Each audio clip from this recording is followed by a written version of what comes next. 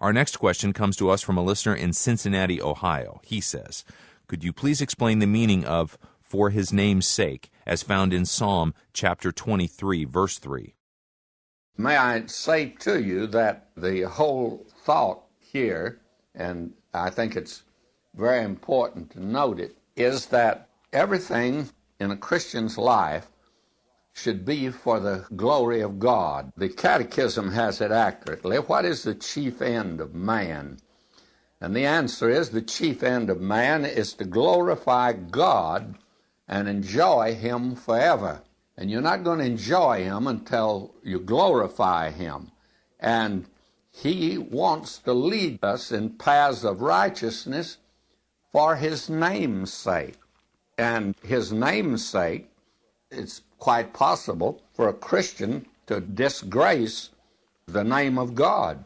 That's exactly what David did. God says that you have caused the heathen to blaspheme my name. And that's exactly what happened. And there are a great many Christians today that feel like that they can enjoy God, and God wants us to have a good time. And I believe that, by the way, that God does. But you see, the way the psalmist puts it here is that we are to walk in the paths of righteousness because it's for His name's sake.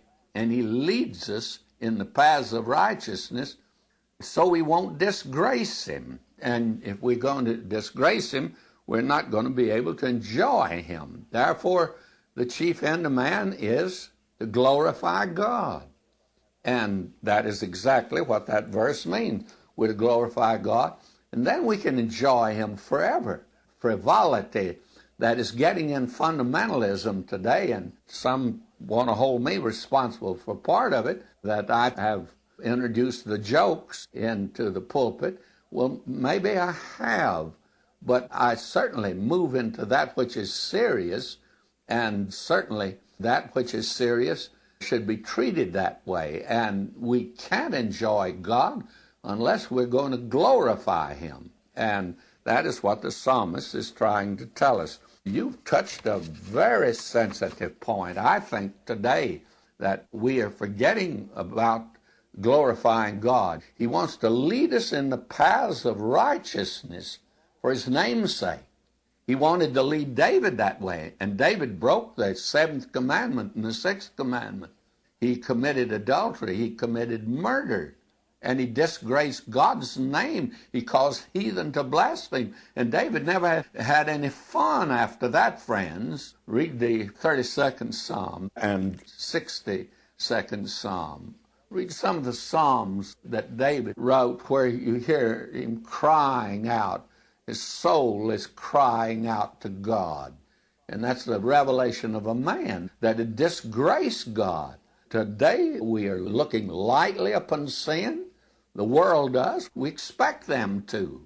I'm not disturbed that they want to get rid of the marriage ceremony. It's God's marriage ceremony. They want to do their thing. They want to live it up. They want to do it their way. Isaiah said, every man is turned to his own way, his own way. That's man's problem. He wants to have his own way and not God's way. And today, you can't live in sin, have sin in your life that's unconfessed, and have joy and the peace of God in your life, friends. Let's face up to it. The minute I see a person in the name of Christ that's in sin, that calls himself a Christian, and is having a big time, a high old time, I know right away we're not dealing with a man that's a Christian, because a Christian can't do that and get by with it. God won't let him get by with it, friends.